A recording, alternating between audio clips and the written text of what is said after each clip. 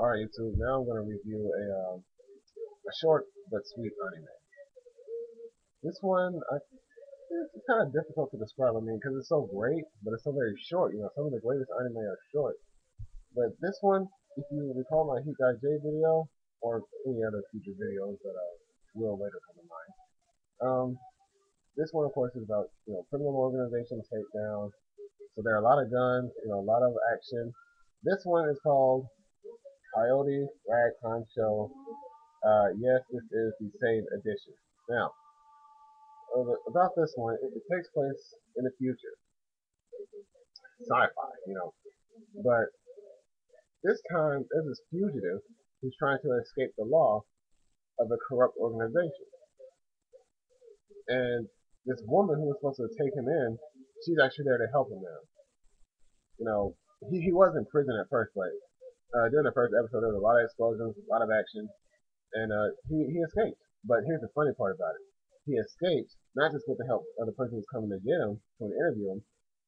I know I said get him early, but actually interview him, but also with the help of the organization that's trying to kill him.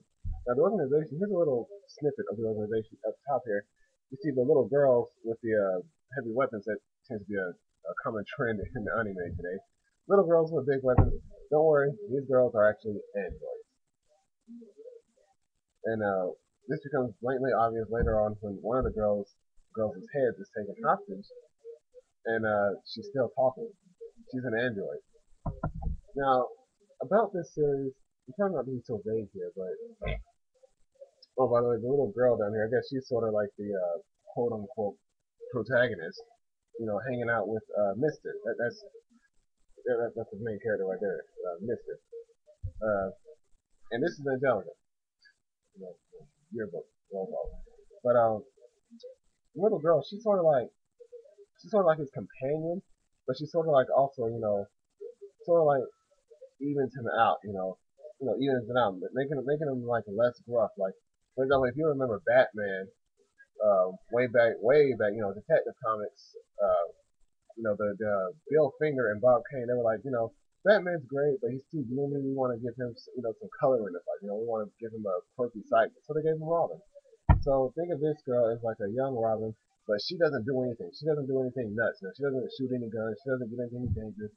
She's just like, she's there for support. If you watch a lot of anime, you know what a girl's sidekick usually does. You know, she's there for support, and she, eventually plays a huge role in how the story ultimately unfolds. But see, I want to do a synopsis of this one. First of all, the anime, the character creation is phenomenal. Seriously, every character has his or her own specific body type and all that, but also their own personality. Like for example, there's this there's this pastor guy in it. He's from some strange religion, and he is in every respect like an anime version of Al Sharpton, but funnier and just totally out there.